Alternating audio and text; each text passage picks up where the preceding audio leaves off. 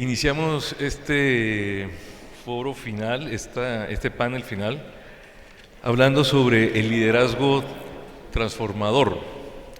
Y para ello, pues, han sido invitados los rectores de la universidad.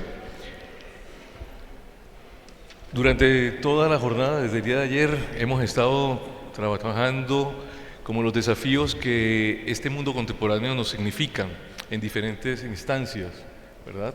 Cómo se da respuestas desde la escuela, frente a la innovación, frente a los temas de educación emocional, de todas las contingencias y la incertidumbre que en estos momentos nos invade, pues, o que hace parte de nuestro contexto. Y frente a eso, cómo la educación da una respuesta o trata de elaborar una respuesta. También desde la universidad, como esa etapa formativa tan importante, también cómo ven esos desafíos y particularmente ustedes como líderes de esta transformación o de este momento particular, cómo se enfrentan a este mundo que nos trae pues tantas preguntas o circunstancias. Entonces, para ello vamos a tener, cada uno de ellos va a estar, tendrá la palabra por 15 minutos. Comenzaremos aquí con la doctora Miriam y seguiremos luego con el hermano Nicky y finalizaremos con el padre Luis Fernando Mundera. Entonces, adelante. Bueno, muchas gracias. Yo traje mi soplete, entonces lo voy a leer. ¿Les parece? Bueno, buenos días a todos. Quiero comenzar expresando mi más profundo agradecimiento al Colegio Bilingüe La Enseñanza, mi alma mater, por esta invitación. Volver a este espacio donde se sembraron en mí valores, disciplina y el amor por el conocimiento es un honor y un motivo de gran emoción. Mi paso por este colegio fue determinante en mi formación académica, pero sobre todo en la consolidación de los principios que hoy guían mi vida personal y profesional. Aquí aprendí que la educación es mucho más que la transmisión de conocimientos. Es una herramienta de transformación, una vía hacia la equidad y una plataforma para la innovación. Por eso, cuando hablamos de innovar en tiempos de incertidumbre, un reto a la esperanza, no es solo un tema teórico. Es una realidad que nos desafía como educadores, como líderes y como ciudadanos de un país que necesita con urgencia repensar su modelo educativo para enfrentar los desafíos del futuro. Vivimos en una era de cambios acelerado, impulsada por la globalización, la inteligencia artificial, el cambio climático, las nuevas dinámicas laborales y las transformaciones sociales. Frente a este panorama, organismos como la UNESCO y la OCDE han insistido en la necesidad de una educación que forme ciudadanos críticos, creativos y resilientes, capaces de afrontar los retos del siglo XXI. El informe de la UNESCO, Reimaginar juntos nuestros futuros, un nuevo contrato social para la educación del 2021, plantea que el modelo educativo tradicional basado en la memorización y en la reproducción de conocimientos ya no es suficiente. Necesitamos un modelo más flexible, interdisciplinario y centrado en la solución de problemas reales. En el caso colombiano, el informe de la Comisión de Sabios del 2019 nos dejó un mensaje claro: la educación es el motor del desarrollo, la innovación y la equidad social. Sin embargo, aún enfrentamos grandes desafíos. Mientras algunas instituciones avanzan en modelos de vanguardia, muchas regiones aún carecen de conectividad, formación docente adecuada y metodologías innovadoras. La rigidez curricular limita la capacidad de los estudiantes para adaptarse a los cambios del mundo laboral y la revolución tecnológica. La desconexión entre universidades y empresas y colegios dificulta la inserción laboral y el desarrollo de componentes pertinentes. Adicionalmente, debemos reconocer una fractura estructural en nuestro sistema educativo: la separación entre la educación básica, media y superior. Esta división, aunque responde a marcos institucionales y curriculares, muchas veces obstaculiza la construcción de trayectorias educativas coherentes y significativas. Necesitamos superar esta segmentación y concebir la educación como un continuo articulado con un propósito colectivo como sistema. Formar ciudadanos íntegros, con pensamiento crítico, sensibilidad social y capacidad de actuar con sentido ético ante los desafíos del mundo. Esta visión exige romper los silos entre niveles educativos y avanzar hacia un enfoque ecosistémico, como lo señala el investigador colombiano Julián de Zubría. La educación debe articular saberes, emociones y contextos desde los primeros años hasta la vida profesional. Esa articulación no solo mejora la calidad de aprendizaje, sino que fortalece la cohesión social. En esta línea, otro gran desafío que no podemos eludir es la humanización de la ciencia. La ciencia y la tecnología deben estar al servicio del bienestar colectivo, no solo de la eficiencia o el mercado. Referentes como la física y filosofía y la física y filósofa Bernarda Chiva nos recuerda que el conocimiento, para ser verdaderamente transformador, debe conectar con la vida, con el cuidado del otro y con el entorno. Como líderes educativos, ¿cómo respondemos a estos desafíos? La respuesta está en un liderazgo transformador que impulse cambios estructurales en la educación alineados con las necesidades del país y del mundo. El liderazgo transformador en la educación no es solo una cuestión de gestión administrativa, es una visión que implica cambiar paradigmas, construir comunidad y actuar con propósito. Para ello propongo 3 principios fundamentales: la formación para la adaptabilidad y el pensamiento crítico. Según la UNESCO, el 65% de los niños que hoy ingresan a la educación primaria trabajarán en empleos que aún no existen. En este sentido, debemos priorizar habilidades como el pensamiento crítico, la creatividad y la capacidad de aprendizaje continuo. En la Escuela Colombiana de Ingeniería estamos implementando metodologías de aprendizaje basadas en retos, aprendizaje activo y formación interdisciplinaria para preparar a los estudiantes ante la incertidumbre. Adicionalmente, creemos firmemente en esa ciencia con conciencia.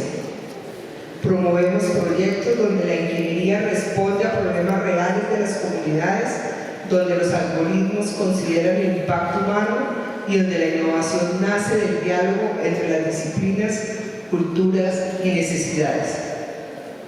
Segunda, educación como motor de equidad y movilidad social. La Comisión de Sabios enfatizó que la educación es clave para reducir desigualdades. La innovación educativa debe garantizar que nadie se quede atrás. Es clave fortalecer la educación híbrida, la formación en competencias digitales y la vinculación de comunidades vulnerables en procesos de la educación de calidad. Tercero, alianzas estratégicas para fortalecer el ecosistema educativo. La educación no puede ser una isla, necesitamos fortalecer la relación entre colegios, universidades, sector productivo y gobierno para generar procesos de aprendizaje relevantes y sostenibles. La vinculación con la industria permite que la educación no solo forme profesionales, sino que impulse el desarrollo del país. Aterrizando estas ideas en acciones concretas, quiero compartir 3 estrategias claves que estamos implementando en la Escuela Colombiana de Ingeniería Julio Garavito y que pueden servir como referentes para el contexto colombiano. Flexibilidad curricular y modelos educativos basados en retos. Estamos diseñando programas más flexibles que permitan a los estudiantes construir rutas de aprendizajes personalizadas, combinando formación entre ciencias básicas con habilidades socioemocionales y competencias digitales. Uso de la tecnología para mejorar la enseñanza y el aprendizaje. La inteligencia artificial y el análisis de datos nos permite personalizar la educación y anticiparnos a dificultades en el proceso de aprendizaje. La virtualización de programas está permitiendo expandir el acceso a educación de calidad en todo el país. Tercero, integración universidad-empresa para fortalecer la empleabilidad. Implementamos programas donde los estudiantes trabajan en proyectos reales con empresas, potenciando su capacidad de resolver problemas del mundo laboral desde su formación académica. Cuarto, integración universidad-colegio para fortalecer el sistema educativo. Estamos desarrollando programas que permiten una colaboración directa entre colegios y universidades, enfocándose en el análisis conjunto de currículos y la identificación de competencias claves desde la educación básica. Esta articulación facilita la transición entre niveles educativos y permite construir rutas formativas más coherentes. Además, hemos abierto espacios para que estudiantes de básica y media participen en actividades académicas y científicas dentro de nuestros laboratorios, promoviendo así el pensamiento crítico, la curiosidad científica y el acercamiento temprano al conocimiento aplicado. Colombia necesita una educación innovadora, pero sobre todo una educación con sentido y propósito. La incertidumbre del mundo actual no debe paralizarnos, al contrario, debe ser el motor que impulsa una transformación profunda en nuestras instituciones. Como decía el informe de la UNESCO, el futuro no está predeterminado, es lo que hacemos con él. La educación tiene el poder de transformar el mundo. Y como lo planteó la Comisión de Sabios, no hay verdadera innovación sin educación de calidad. La educación es la piedra angular de un país que quiere construir el futuro.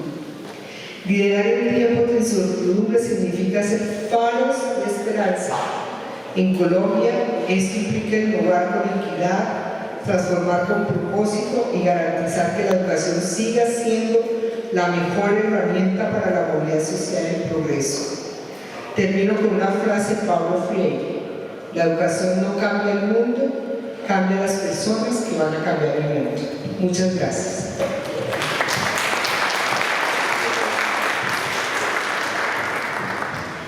Muchas gracias, doctora Lidia. Este liderazgo transformador que ha permitido a su universidad abrirse a esos desafíos que tiene la sociedad colombiana en la integración, en la flexibilidad curricular, en buscar el apalancamiento de la tecnología para lograr alcanzar otros sectores que ordinariamente pueden estar por fuera de la formación tradicional o por la formación universitaria.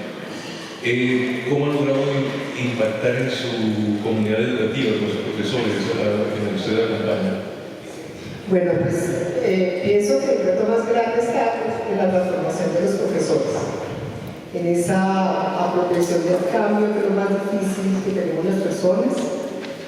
Las universidades llevan mucho tiempo en una comodidad, diciéndole a la sociedad qué vamos a esperar y qué tipo de personas eran las que queríamos que llegaran a nuestras universidades, ¿cierto?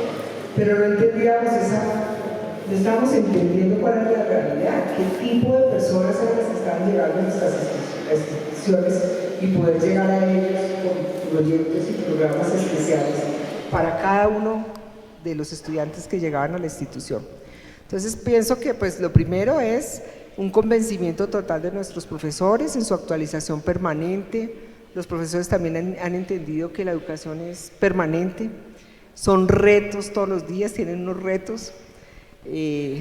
Por ejemplo, en el uso de la tecnología, hay mucho profesor de nuestras edades como adultos mayores que se nos dificulta, pero pues el reto es aprender, inteligencia artificial, estamos entendiendo un poco cómo introducir la tecnología en los aulas de clase, entonces estamos en un proceso de formación y preparación para todos esos retos. Entonces creo que pues es fundamental entender que las universidades lo que transforma son personas y pues todos en la universidad tenemos que estar en permanente transformación, no solamente los directivos, los profesores, los estudiantes, sino todo el ecosistema tiene que prepararse y entender principalmente el contexto y enseñar en contexto. Entonces yo creo que pues cuando yo aprendí acá, pues yo me aprendía no sé, a todos, Baldor, las matemáticas de Baldor, era repetir, pero nunca entendía como para qué tantas ecuaciones, Hoy en día Los estudiantes necesitan entender el conocimiento en contexto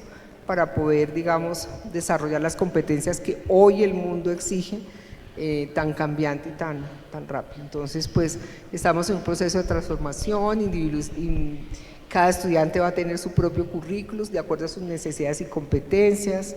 Empezamos a entender también desde sus emociones, tenemos pues fortaleciendo todo el tema de bienestar universitario, acompañándolos y entendiendo, como yo a veces tengo discusiones académicas, que hay que entender lo que la madre naturaleza nos da. Y pues que en Colombia a las universidades llegan estudiantes de todos los niveles socioeconómicos, formados de distintas maneras y no llegan todos de la misma manera formados, y así hay que entenderlos como seres humanos que van a transformar un mundo y una sociedad. Muchas gracias. Hermano Nicky, la Universidad de La Salle, ¿cómo ha entendido ese liderazgo transformador? Bueno, muy buenas tardes para todos. Muchas gracias por tener la oportunidad de conversar con ustedes y exponer algunas ideas que he ido organizando alrededor de 3 núcleos, que los llamo así. Primero, un núcleo de cómo pensamos la transformación en nosotros como seres humanos. La segunda, en la invitación nos invitaban también a pensar en los equipos de trabajo con los cuales nos rodeamos. Y la tercera, que tiene que ver cómo el liderazgo transformador tiene un resultado, si lo queremos decir así, en términos de crear nuevos escenarios, bien sean sociales, materiales o demás. En la primera, yo creo que en esta línea de liderazgo transformación y estando aquí en un colegio, me parece que es un reto bastante grande para los que estamos acompañando los infantes y los adolescentes, porque es el resultado que estamos acogiendo en las universidades. Pero hay un tema bien importante que me parece importante resaltar, y el primero es decir que un liderazgo transformador es un liderazgo que se forma.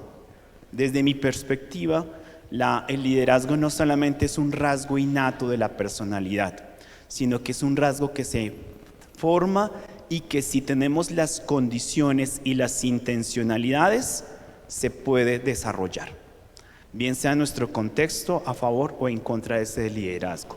Cuando, por ejemplo, los padres de familia y los maestros asumimos todo el liderazgo, la ideación de todas las actividades en un colegio, cerramos en condición para desarrollar un liderazgo transformador.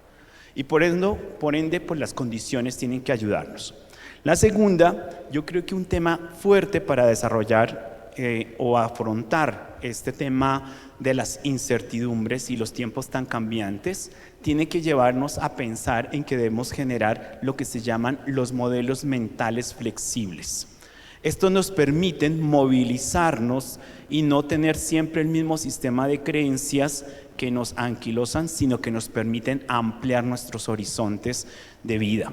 Y eso nos permite afrontar todo lo nuevo que trae, por ejemplo, la tecnología, la inteligencia artificial, y no entramos con un temor, sino que entramos con una actitud positiva para acoger lo nuevo que se nos da. El tercero, yo creo que es un tema que siempre los colegios católicos hemos fortalecido mucho, es el tema de la empatía con el otro, con la otra persona. ¿Cómo logramos desarrollar las empatías con otros? Porque al desarrollar la empatía podemos reconocer fácilmente aquello nuevo que está surgiendo, aquello nuevo que se amerita una innovación, aquello nuevo que necesitamos desarrollar una irrupción dentro del continuo que tienen nuestras comunidades educativas.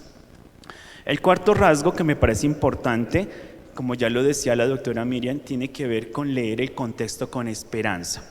Tenemos suficientes razones para estar negativos.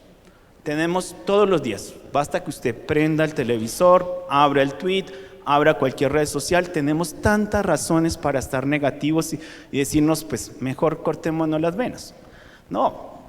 Un liderazgo innovador implica la esperanza necesariamente, implica encontrar y leer estas realidades con una visión diferente y nueva. Y ese es el reto también para ayudarnos entre todos a anidar y generar la esperanza entre todos, de promoverla entre todos, porque es un tema no solamente individual, sino comunitario. Y lo último de este primer rango, creo yo que es importante en este liderazgo transformador, y lo vemos mucho tristemente con los políticos que tenemos hoy en día, es que hay que aprender a asumir la responsabilidad y sobre todo las consecuencias de nuestros actos. Un buen líder transformador capitaliza el error, y esto implica entender que nos equivocamos. Implica que tenemos como seres humanos una gran probabilidad de fallar. Basta usted con nomás los que son casados o los que somos religiosos, cuando dijimos sí al otro o a la otra, pues al otro día ya estaban peleando generalmente por bobadas.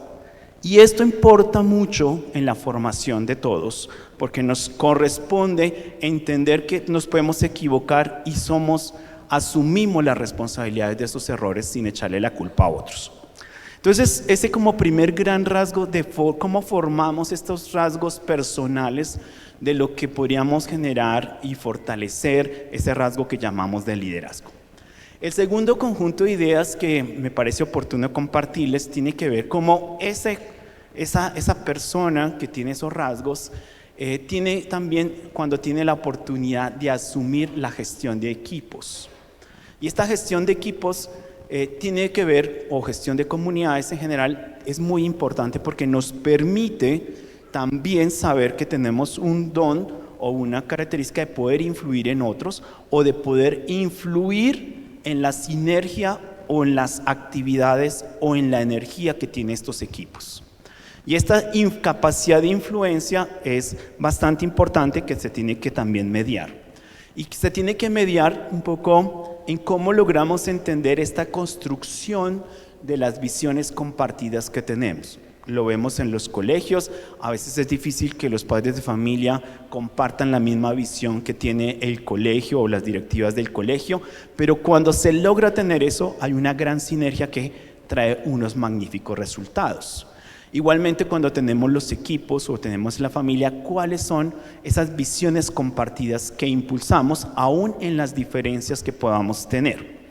Eso también nos puede tener, si estamos en equipos mucho más sofisticados y más fuertes, tiene que ver con la capacidad de manejar muchas informaciones con las cuales tenemos. Hoy en día, por ejemplo, con todo este tema del Big Data o de esto de la tecnología de blockchain, estamos experimentando que es necesario que los equipos tengan una gran capacidad de manejo de datos y de informaciones. Y estos datos que se recogen a lo largo de la experiencia de los procesos que se lideren, pues tienen necesariamente que impactar las tomas de decisión. Y aquí me parece importante que un líder que transforma sabe leer datos, sabe organizarlos y sabe usarlos para las tomas de decisión. También me parece importante que en ese proceso de inspirar equipos, es importante que se pueda gestionar en la planeación de las acciones de las personas lo que se llaman esas victorias tempranas.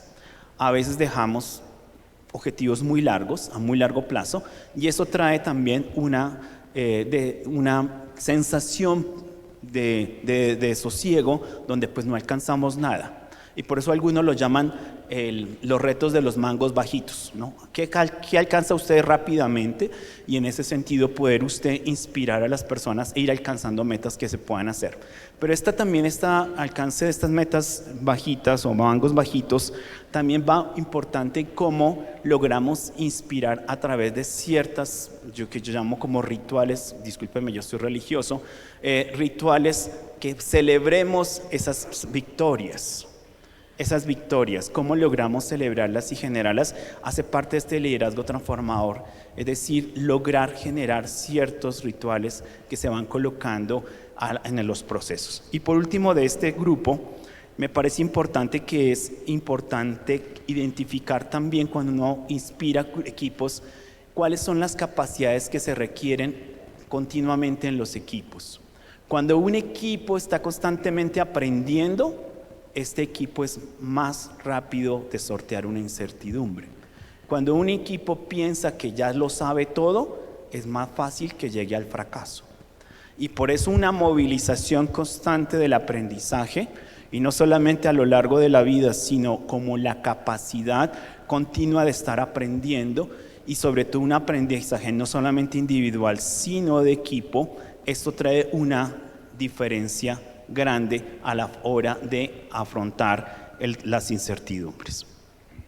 Y el tercer grupo de ideas que tiene que ver con crear nuevos escenarios, a mí me parece muy importante lo que estaba diciendo también Miriam en ese momento sobre el tema de las alianzas, porque tiene que ver precisamente con salir del huevo y mirar qué hay alrededor. Lo que llaman algunos hoy en día la polinización cruzada. Cómo nos vamos y nos conectamos con otros, cómo otros nos traen ideas, cómo otros con sus iniciativas, con sus innovaciones, son capaces también de inspirarnos. La inspiración hoy en día no viene de una sola persona, como vemos en nuestra historia. Por ejemplo, los próceres eran personas, parecieran que fueran únicos, ¿no? Siempre estuvo con otros y entre muchos nos inspiramos. Yo creo que este es un tema muy importante. Lo segundo, también yo creo que es importante preguntarnos, con esa creación de esos escenarios, cuáles son los escenarios que nos soñamos. ¿Sí? Ahorita, por ejemplo, tenemos todos estos líos con ICTs, y nos ha llevado a pensar, bueno, ¿y cómo financiamos la cobertura? Ayer estábamos con el padre Fernando en la reunión de rectores de universidades y precisamente la pregunta sobre cómo soñamos nuevos escenarios, qué es lo que nos imaginamos, pero eso no es gratis.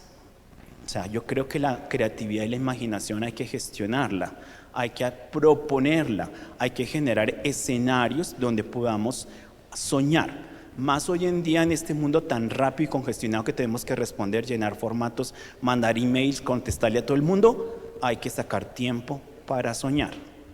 Si no, terminaremos siendo rutinarios en todo.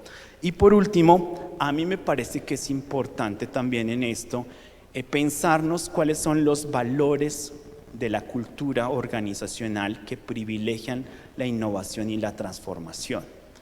Y en un colegio católico pues estamos hablando de valores que hemos ido priorizando, pero también de cuáles esos valores nos pueden ayudar a suscitar la transformación, la creatividad, la innovación. ¿Qué valores de estos nos ayudan a generar unas nuevas ideas? Y estos valores en la cultura nos permite también hacer posible nuevas realidades que están ahí. Bueno, hasta ahí mi grupo de ideas para aportar a esta reflexión del panel. Muchas gracias. Muchas gracias, hermano Nicky.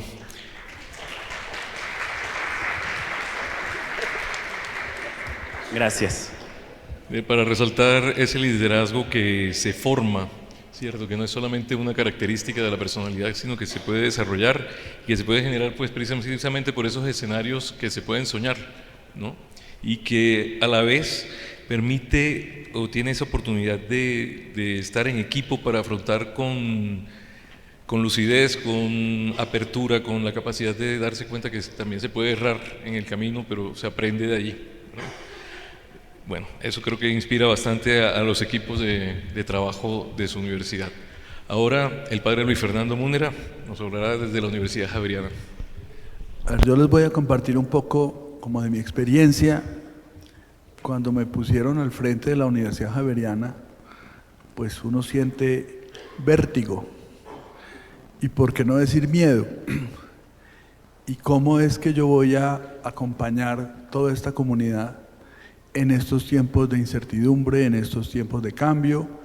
Y quizás la primera convicción es que uno no lo hace solo. Yo creo que hay una imagen del liderazgo como que es la persona iluminada que nos va a mostrar el futuro a todos y todos vamos detrás. Esa imagen creo que hay que salirnos de ella. El que se pone al frente, como decía el hermano Nicky, pues de unos equipos que tienen experiencia, que hay que acompañar, que hay que cuidar y con los que se va vislumbrando para dónde debemos ir. Y en esto de los rasgos de los líderes, creo que el primer rasgo es la capacidad de aprender. Y lo digo es porque uno de los ejercicios que hacemos continuamente en los nombramientos en la universidad es preguntar a los equipos los retos y los rasgos. Por supuesto, los retos son inmensos y los rasgos de los líderes que la gente se construye, pues no existen entre las personas que hay para nombrar. Entonces, La primera capacidad es, estas personas tienen la potencialidad de aprender, la potencialidad de ir alcanzando esos rasgos. Y yo he decantado 4 rasgos que escuché una vez en una de estas reuniones y me parece que son muy inspiradores de qué es el liderazgo hoy. Yo creo que un líder debe acompañar el desarrollo de la gente, es decir, acompañar a sus equipos en su desarrollo. Debe ser capaz de generar confianza, ese sutil tejido que nos une unos a otros. Debe mover la organización hacia un propósito superior. Yo creo que eso es muy relevante por el tipo de actividad que nosotros hacemos, porque realmente tenemos un propósito superior que tenemos que recordar siempre. Y finalmente, un buen líder debe mantener viva la esperanza. Creo que los mensajes pesimistas, los mensajes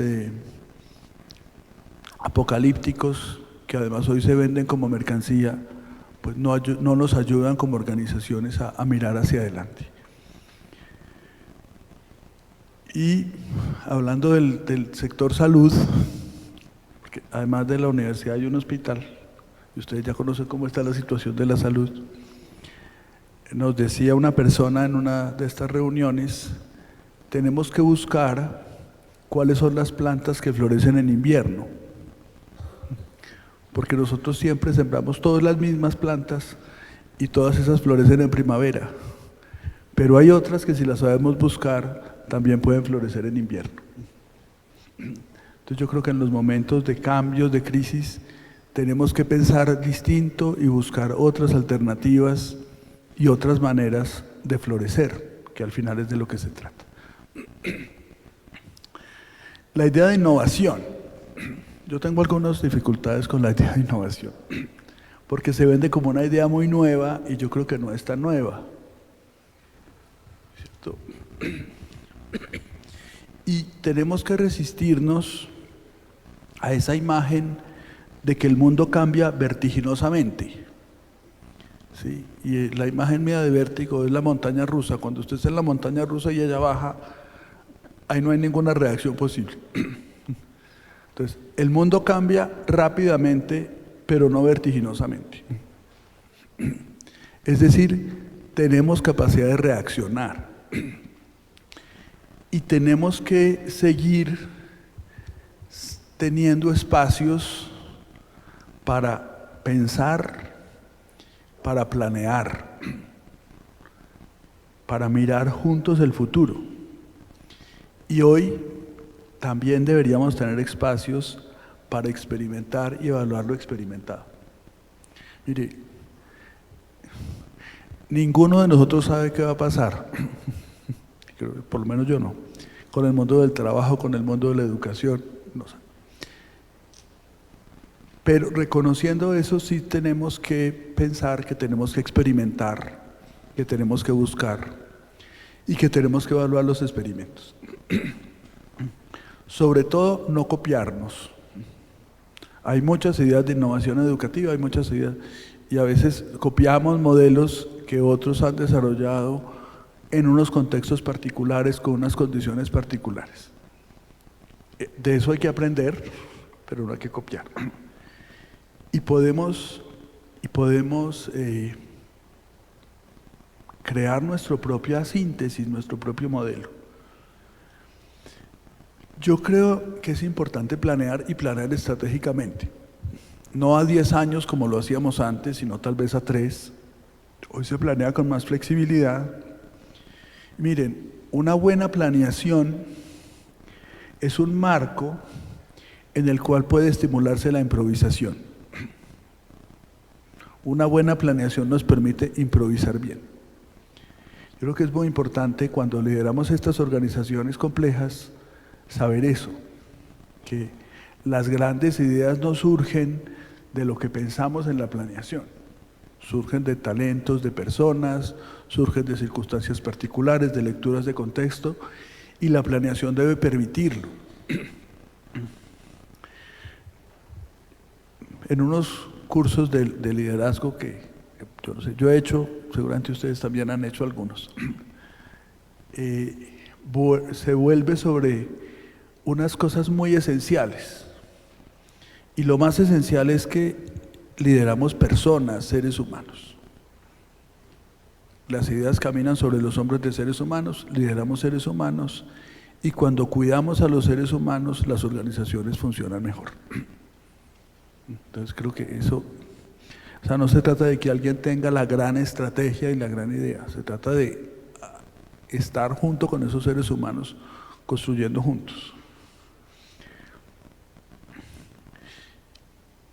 ¿Qué es lo mejor que podemos hacer frente a la incertidumbre? Aquí voy a hacerles, tengo que hacer algo de mímica. Un grupo de indígenas del norte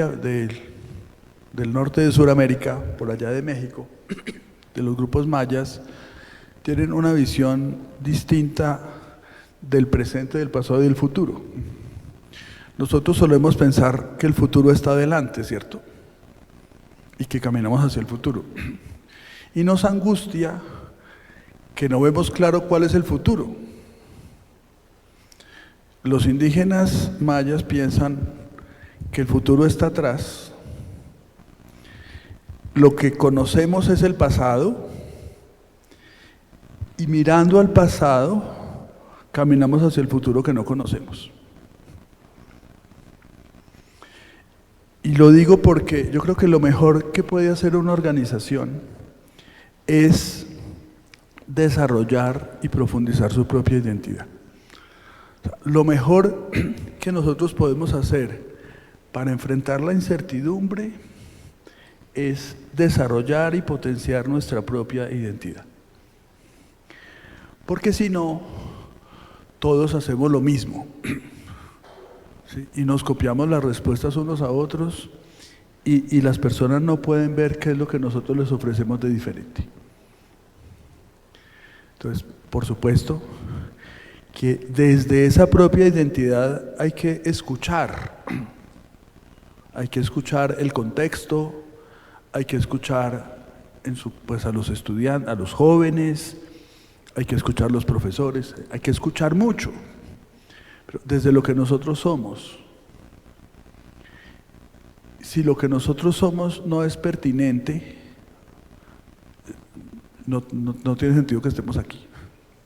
Nosotros estamos aquí porque creemos que lo que somos es importante.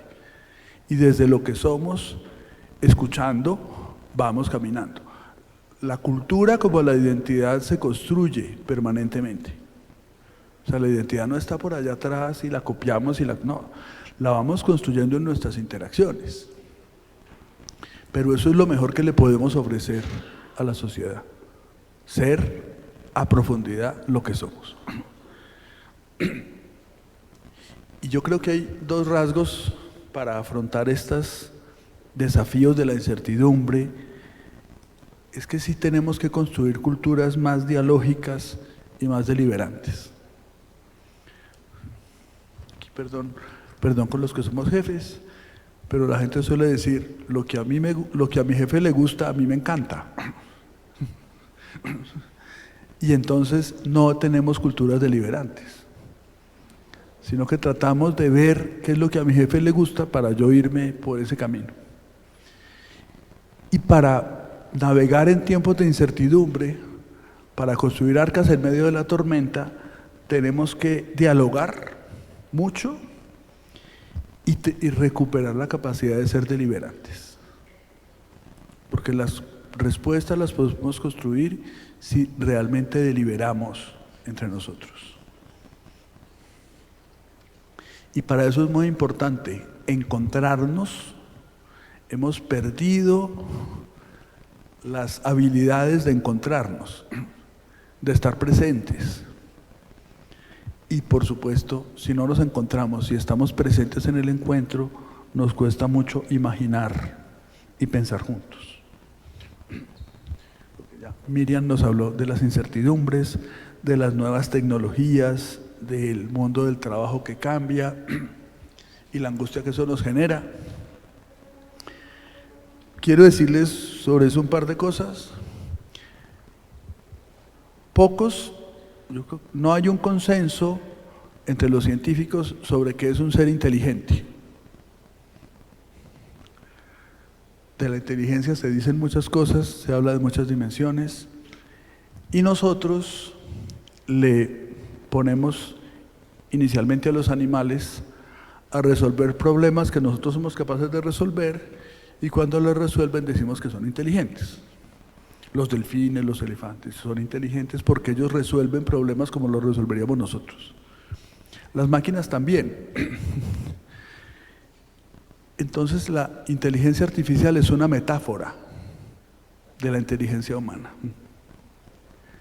Las máquinas no son inteligentes, resuelven problemas que les ponemos los humanos. Lo que pasa es que sí hemos llegado a una gran capacidad de procesamiento de información. Eso sí lo hacen muy bien las máquinas, y de cálculo.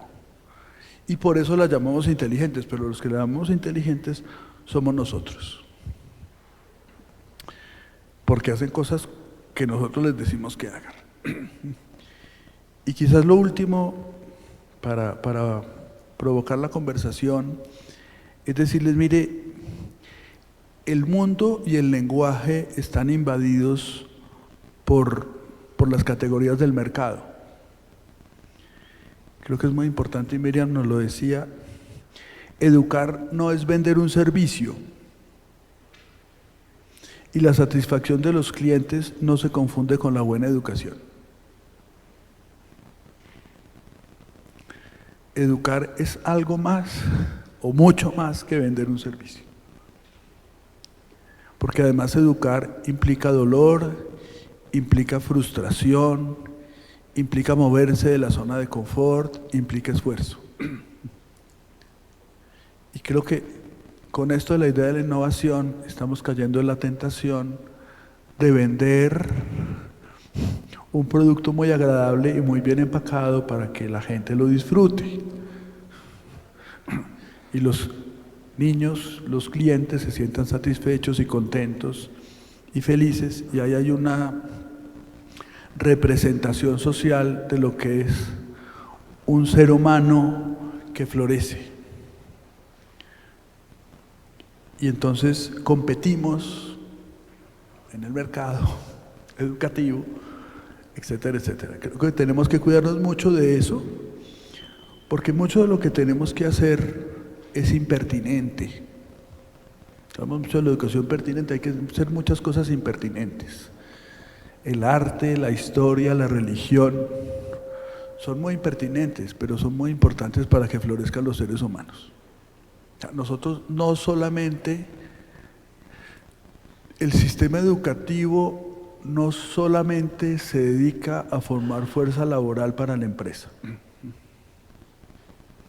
Eso no es solo, debe ser útil lo que enseñamos. Ahora Nicky hizo un doctorado en psicología, yo estudié filosofía, la doctora es ingeniero, pues supongo. Y nos pusieron al frente de unas universidades. A ninguno de nosotros nos enseñaron, estudiamos para ser rector de universidad, ninguno de los tres. ¿Por qué somos capaces de hacerlo? Porque cuando se nos olvidó todo lo que nos enseñaron, quedó allá un ripio al fondo del vaso, que es del que echamos mano. La capacidad de trabajar en equipo, de escuchar, más o menos de entender lo que a uno le dicen, de leer, eso. Eso quedó, ese es el ripio, eso es lo más importante. Y eso lo hacen los colegios. Eso ya no lo alcanzamos a hacer nosotros. O sea, los que saben de pedagogía, de innovar en pedagogía, son más ustedes que nosotros. Nosotros sabemos de hacer programas más flexibles, de buscar trayectorias de aprendizaje, pero lo que pasa en el aula, en el intercambio educativo, está mucho más desarrollado en los colegios que en las universidades. Y nuestra gran lucha, creo, es que nuestros profesores, además de investigar y saber muchas cosas, necesitamos que aprendan a enseñar y a acompañar. Porque nuestros jóvenes universitarios son más jóvenes de edad, más frágiles, necesitan más acompañamiento, y eso ustedes lo saben hacer muy bien y nosotros estamos aprendiendo. Entonces, yo diría como que tengamos mucho cuidado con las sirenas de la innovación, con las sirenas, porque hay mucho de lo que ya sabemos hacer y tenemos que hacer mejor. Y finalmente, quiero decirles, es muy importante el lugar del pensamiento, de la teoría, del concepto, de la ciencia básica. No todo lo que tenemos que saber es resolver problemas. Un pensamiento bien formado ayuda a resolver problemas y a otras cosas más. Entonces, claro que es muy importante las metodologías activas, los retos, el design factory, todas esas cosas que hacen que sea mucho más interesante el ambiente de aprendizaje. Pero también no podemos perder el lugar de la teoría, del pensamiento, del difícil momento de asumir la tradición científica, técnica, ¿sí? Porque, claro, hoy necesitamos alfabetización tecnológica, otras lenguas, bueno, y capacidad de trabajar en equipo, de resolver problemas, pero eso, ahí no se agota el aprendizaje. Muchas gracias. Padre Luis Fernando. No, y me quitaste la pregunta última. Muchas Perdón gracias, por el padre. desorden, pero creo que… No, muchas gracias, Padre Luis Fernando. Justamente yo creo que nos hace una descripción de ese liderazgo y construido a partir de su experiencia. Y justo una de las preguntas era esa, ¿no? ¿Cómo la educación que recibieron en sus colegios, digamos, les ayuda hoy en día a llevar el liderazgo de sus instituciones? ¿Qué es aquello que de pronto aprendieron en la educación, como tú mencionabas ahorita, en los colegios aquí, que es la mayor parte de los asistentes? ¿Qué influyó de su colegio en lo que hoy es como líder?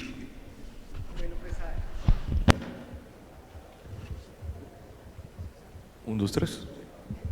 Listo, pues en mi introducción al conversatorio, pues hacía la reflexión sobre mi formación al pasar a estas aulas. Y pues la formación, pues primero la formación, el desarrollo como persona, pero quería hacer una referencia aquí al padre Múnera, y en mis discursos en la universidad, pues yo soy ingeniera civil, salí de un colegio como estos de monjas, a los 17 años entraron a la universidad hace 50 años, donde eran hombres, y pues esa relación en mi colegio no era mixto, eso implicó muchos cambios en mi vida.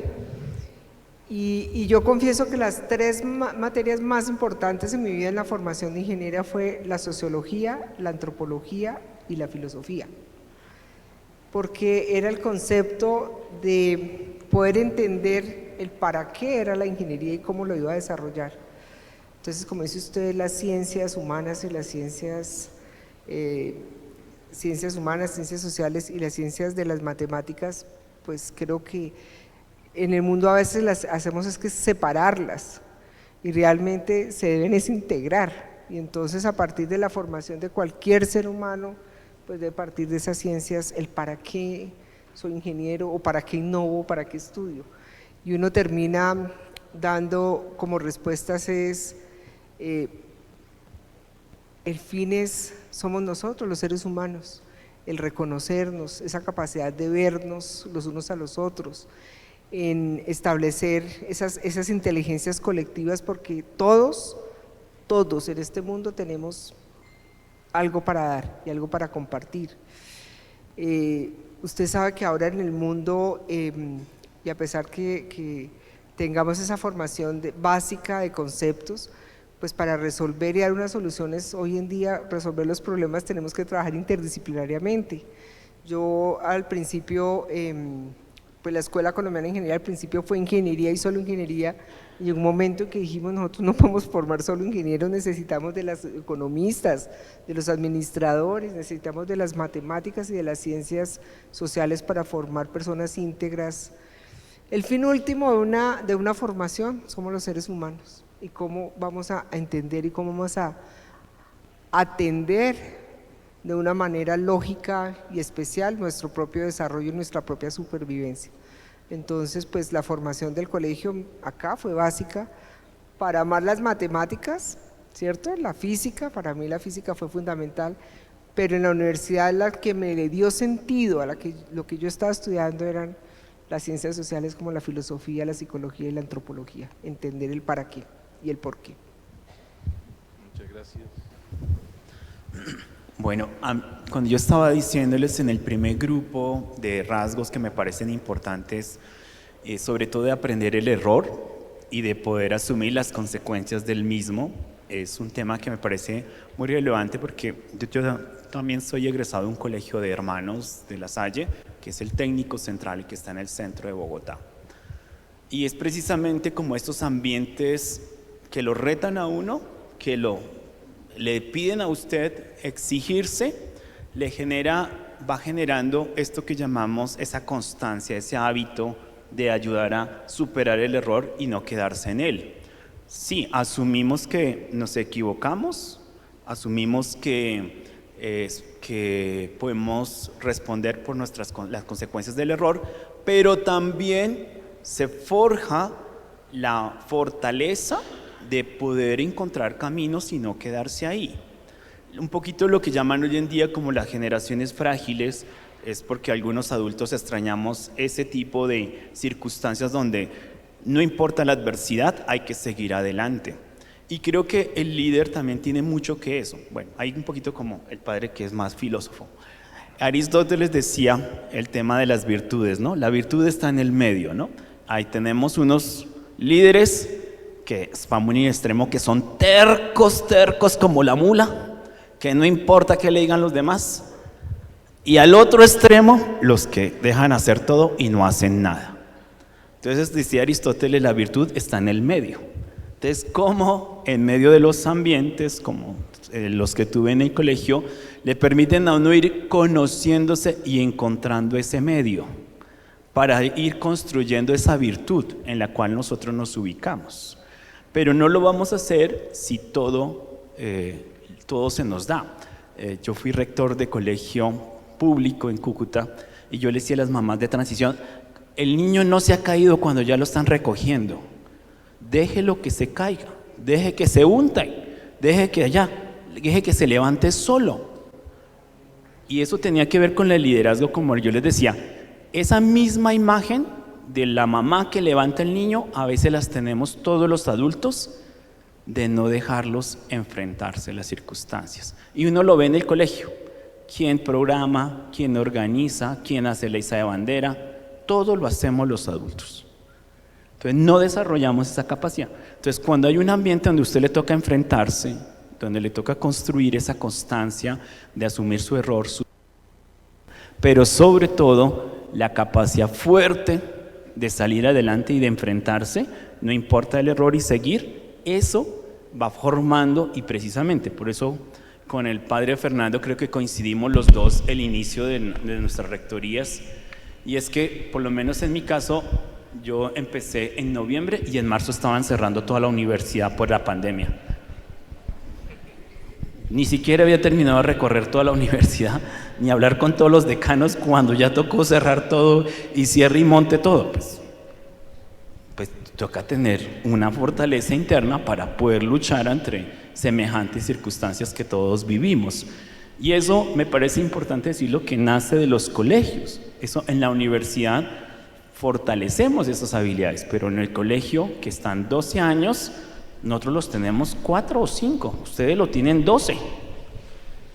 Ahí está, esta es la formación que está aquí. Nosotros arriba perfilamos, les damos argumentos, generamos contenidos y conceptos, pero aquí se forja ese tipo de cosas. A ver, la pregunta de ¿qué influyó más en el colegio? Aprendí muchas cosas, de algunas me acuerdo, de la mayoría no. Pero yo creo mucho en las experiencias significativas que se generan en los colegios y que se generan en la educación en general. Yo creo que nosotros debemos ser mediadores de experiencias significativas. Y para mí fue muy significativa una experiencia que también con Gustavo compartimos, que cuando estábamos en el colegio íbamos al campo y compartíamos con campesinos algunos momentos, pues una semana, un poco más, en los momentos de vacaciones. Y yo creo que a mí eso me permitió, leyéndolo después, una apertura, diría yo, a interesarme genuinamente por la vida de gente que está muy lejos de mi realidad. Y creo que eso me ha permitido escuchar de una manera, diría yo, digamos, con atención, como distintas realidades y distintas personas. Y en este trabajo en la universidad nuestra tiene 18 facultades, y cuando uno se sienta a escuchar a los de artes y sale de ahí, se va a escuchar a los médicos y se devuelve y escucha a los abogados, son realidades, maneras de concebir el mundo, casi culturas distintas.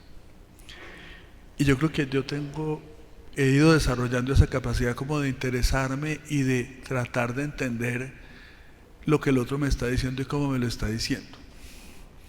Y creo que eso me viene de esa experiencia que tuve de adolescente, de salir de mi pequeño mundo e ir a conocer otros mundos, donde descubrí que había personas muy valiosas, que sabían muchas cosas, que nos enseñaban muchas cosas a unos muchachos chiquitos, y que eran muy distintas a mi mundo y a mi contexto.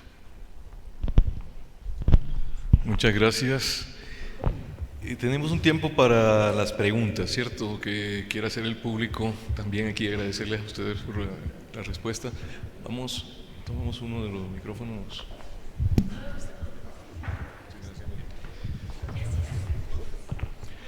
Allá levantaron la mano al fondo.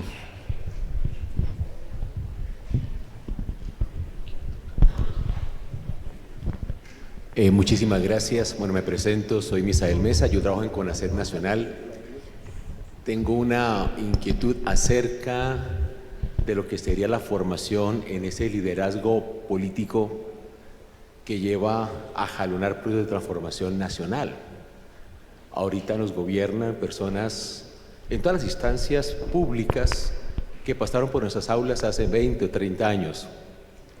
Y pues podemos ver nosotros posiblemente por parte de algunos crisis de un liderazgo político efectivo, entendiendo por política esa búsqueda del bien común. Y recordamos lo que decía el Papa Juan Pablo II, el bien común tiene que ver con el desarrollo de las condiciones que permiten el desarrollo humano integral de todos los integrantes de una sociedad, favoreciendo a los más marginados.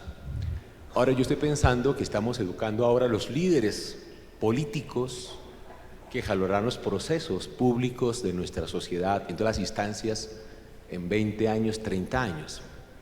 Yo quisiera como preguntarles a ustedes, ya desde la universidad, porque la universidad creo que permite avisorar cómo la educación que damos a nivel básico, primaria y secundaria, que llega a la universidad, cómo podríamos nosotros como gestar realmente un liderazgo en esa línea.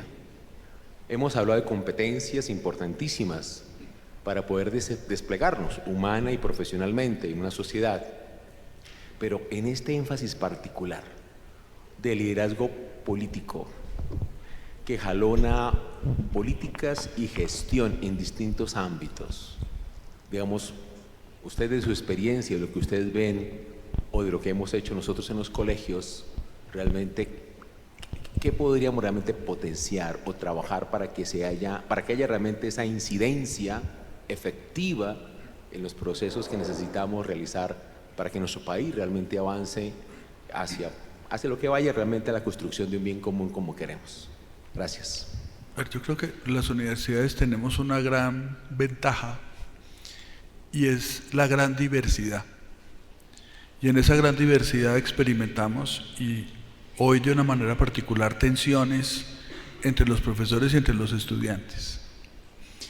Es el trámite de esas tensiones generando espacios de diálogo, algunos diálogos muy difíciles, otros más fáciles, generando espacios de debates donde distintas ideas se encuentran, no solo en las aulas de clase, sino también más públicos, y donde se encuentran ideas contrapuestas. Como las universidades tenemos esa capacidad de ser como ese laboratorio de encuentro de lo diferente que es tan difícil en la sociedad, y de encuentro de lo diferente a partir de la argumentación, a partir de la exposición de ideas, a partir como de un ejercicio razonable de la palabra.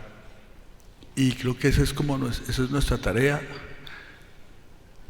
Hacemos cosas, tenemos que hacer más, porque estamos en una sociedad que necesita muchísimo de esa formación en la tolerancia, en el respeto y en la capacidad de argumentar y de exponer las ideas a otros diferentes que piensan distinto, pero con los que debemos convivir y construir futuro. Entonces yo creo que es esa posibilidad de ser un lugar de encuentros diversos lo que nos permite formarnos en el ejercicio de la democracia y por lo tanto en el ejercicio de la política. Bueno, en la universidad ahora me ha costado un poco, bueno, yo llevo 3-4 meses de rectora, fui rectora del 2016 al 2018 y volví nuevamente, fui convocada para liderar la rectoría de la escuela. Ha sido muy difícil liderar y convencer a los jóvenes que tienen espacios democráticos para ser escuchados. Creo que venimos también de unos momentos donde la juventud no era escuchada, no era tenida en cuenta, pues muchas veces nosotros formamos nuestros currículos, así tienen que ser, esto es lo que esperamos que sean, todos masivos, sacamos ingenieros civiles de todos de la misma manera, bueno, las diferentes formaciones y disciplinas. En este momento estoy haciendo un ejercicio liderando a todos los representantes de cada programa, pero es a través del ejercicio de la democracia. Es decirles, la universidad le está abriendo a usted un espacio para que empiece a desarrollar competencias en que usted puede ser escuchado, sus ideas pueden ser expresadas y podemos trabajar conjuntamente. Los estudiantes, pues en este país, en las universidades, en mucho tiempo fuimos reprimidos. Yo entré a una universidad donde los estudiantes no teníamos espacios para conversar ni para decir no estoy de acuerdo. No sé si eso, pues hasta la ley 30 del año 92, del 92 se generaron espacios de participación democrática en los cuerpos colegiados de las universidades. Y pues llevamos ya tantos años, pero es muy duro que el estudiante entienda que puede hacerlo, que lo puede hablar y que puede participar. En este momento los tengo a todos en talleres de liderazgos, donde ellos tienen que llevar la representación de los estudiantes y que toda la universidad está al servicio de ellos y entenderles sus necesidades, lo que ellos necesitan y pues para llevarlos a ese proceso democrático que creo que debemos empezarlo a desarrollar desde los niños en los colegios. Si este país lo queremos transformar, no, a veces no es en lo político, sino en lo democrático, pienso yo. Muchas gracias. Frente a la pregunta, a mí me parece que, como decía, el rasgo de liderazgo se forma.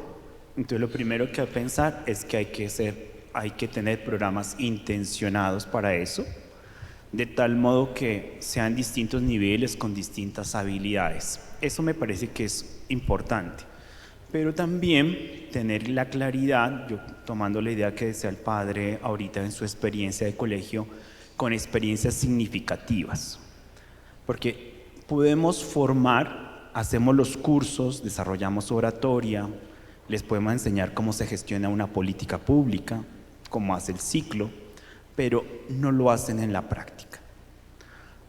Les cuento una experiencia que tuve como rector de colegio. Entonces les dije a los representantes de cada uno, tienen $1.000.000 cada uno para hacer una actividad. A ver, defiéndase, manden el presupuesto, organícenlo, tienen la plata.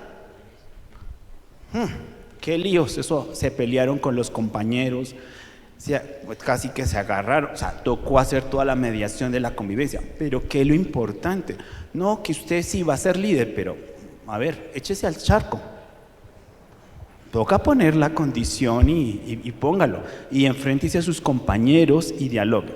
Obviamente eso hay que hacerlo controlado, en un espacio controlado, para que funcione, porque si no va a ser frustrante, y se trata de retroalimentar para que la persona crezca. Pero me parece a mí que a la luz de estas experiencias significativas hay que comenzar a generar estos espacios donde realmente se ponga a prueba ese liderazgo, se enfrenten, salgan a buscar las cosas, a encontrar, a saber que tienen 1.000.000 de pesos y no 1.100.000. Eso es un limitante en la política, los presupuestos. No podemos inventarnos que tenemos más, tiene 1.000.000. No, que ¿cómo convenzo en este caso de este colegio, cada coordinación tenía más o menos 500 estudiantes? ¿Cómo yo hago este esfuerzo? Decía el muchacho, yo hago este esfuerzo y hay un montón que no les gustó. ¿Les suena conocido? ¿Cierto? Por más que se mató y por allá puso a la mamá del tío y a los hermanos a ayudar a hacer, el de tercero a hacer cositas como un muñequito, y le botaron el muñequito, apenas se lo colocaron, salieron al descanso y terminó en el suelo. Esa es la política. Enfrentarnos a que, como dice el padre, hay muchas diferencias en nuestra sociedad. Y hay muchas, por más esfuerzo que usted haga y le ponga la voluntad, habrá mucha gente que no está de acuerdo con usted por el simple hecho que él no lo hizo. Esa es la política. Y con eso nos enfrentamos. Por eso digo, hay que ser muy intencionados, pero también colocar las condiciones para que la persona pueda entender adecuadamente que se va a enfrentar con esas realidades. Y necesitamos generar esa pedagogía de formar ahí. Y también creo yo que en los adultos nos debemos también soltarnos, en el sentido de que todo tenemos que controlarlo para nuestros nuevos líderes. Y lo digo así porque hoy en día, por ejemplo, a cualquiera que se le ocurra la idea de decir yo quiero ser líder político en este país, cuando usted ve la estadística, ¿a quiénes son los que matan primero? Son todos los líderes. Somos el país con más asesinatos de líderes ambientales en el mundo. El que levanta la mano y dice yo voy a organizar y acompañar porque esto es importante, tenga seguro que puede usted pagar con su vida. Eso es así, este país es así. Y eso es a lo que nos enfrentamos cuando hablamos de este desarrollo político. Y por eso es muy importante, insisto, esta parte pedagógica de ayudarnos entre todos, porque los líderes los necesitamos, cualquier sociedad lo necesita, y por lo tanto hay que generar esto intencionadamente para que surjan, nos ayuden a acompañar, nos guíen, nos ayuden a orientar, a abrir. Y la idea que quiero cerrar también es que hay diferentes tipos de líderes o áreas que liderar. No solamente como los líderes políticos como el presidente o el gobernador, el alcalde, que son muy notorios, pero a veces uno ve que el líder de la asociación del barrio hace más que el alcalde por ese barrio. Y entonces necesitamos hablar de esta idea del liderazgo distribuido. A veces los estudios nos han dicho, por ejemplo, estas asociaciones que promueven el deporte barrial disminuyen los índices de violencia, o todas estas asociaciones que se han movido a través del arte y la música han disminuido más la violencia que muchas intervenciones grandes, lo cual quiere decir en liderazgo que estos son distintos tipos de liderazgos que tenemos que promover también en nuestra sociedad, y no solamente aspirar a que sean los alcaldes o los concejales, que está bien, eso hay que hacerlo, hay que entre mejor formado un alcalde, pues tiene más visión y nos acompaña a todos, pero si solo pensamos en ese tipo de liderazgo, anulamos todo el resto, que es el que sostiene también la sociedad. Muchísimas gracias, ya damos por concluido el panel. Creo que nos deja a todos nosotros preguntas y sobre todo tareas en cómo vamos formando también esos líderes transformadores en nuestras aulas.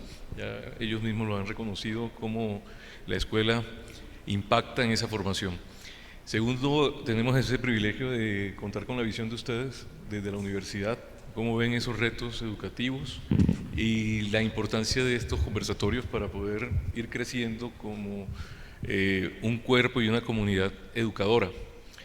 Y bueno, agradecerles a ustedes, al hermano Nicky, al padre Luis Fernando y a la doctora Miriam por estar acá. Estar en su casa, sí señor.